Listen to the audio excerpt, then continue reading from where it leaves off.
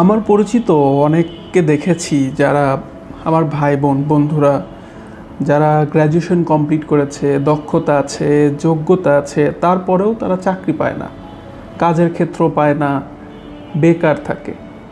তো আমার আসলে মাঝে মাঝে মনে হয় যে 2025 সাল, যেখানে এআইয়ের যুগ, কমিউনিকেশনের যুগ, আমরা বলি যে বিশ্ব এখন হাতের মুঠোয়, তবুও তারা ওই ঢাকার একটা অফিসে বা বাংলাদেশের কোনো একটা অফিসে সিভি ড্রপ করে, এখানে কাজের চেষ্টা করে।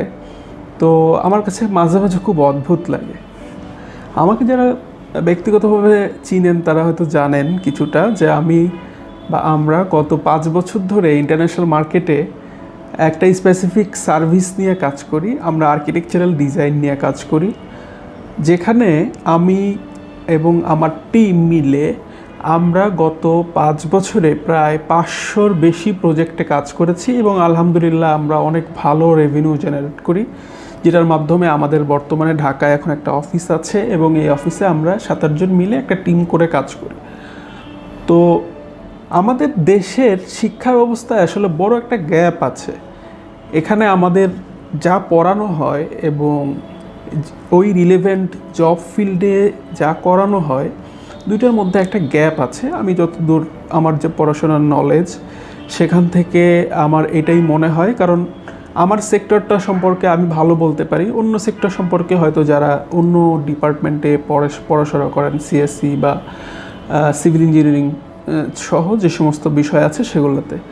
কিন্তু আমরা আমাদেরকে চাকরির জন্য তৈরি করা হইলেও আসলে কাজের জন্য আমাদেরকে তৈরি করা হয় না।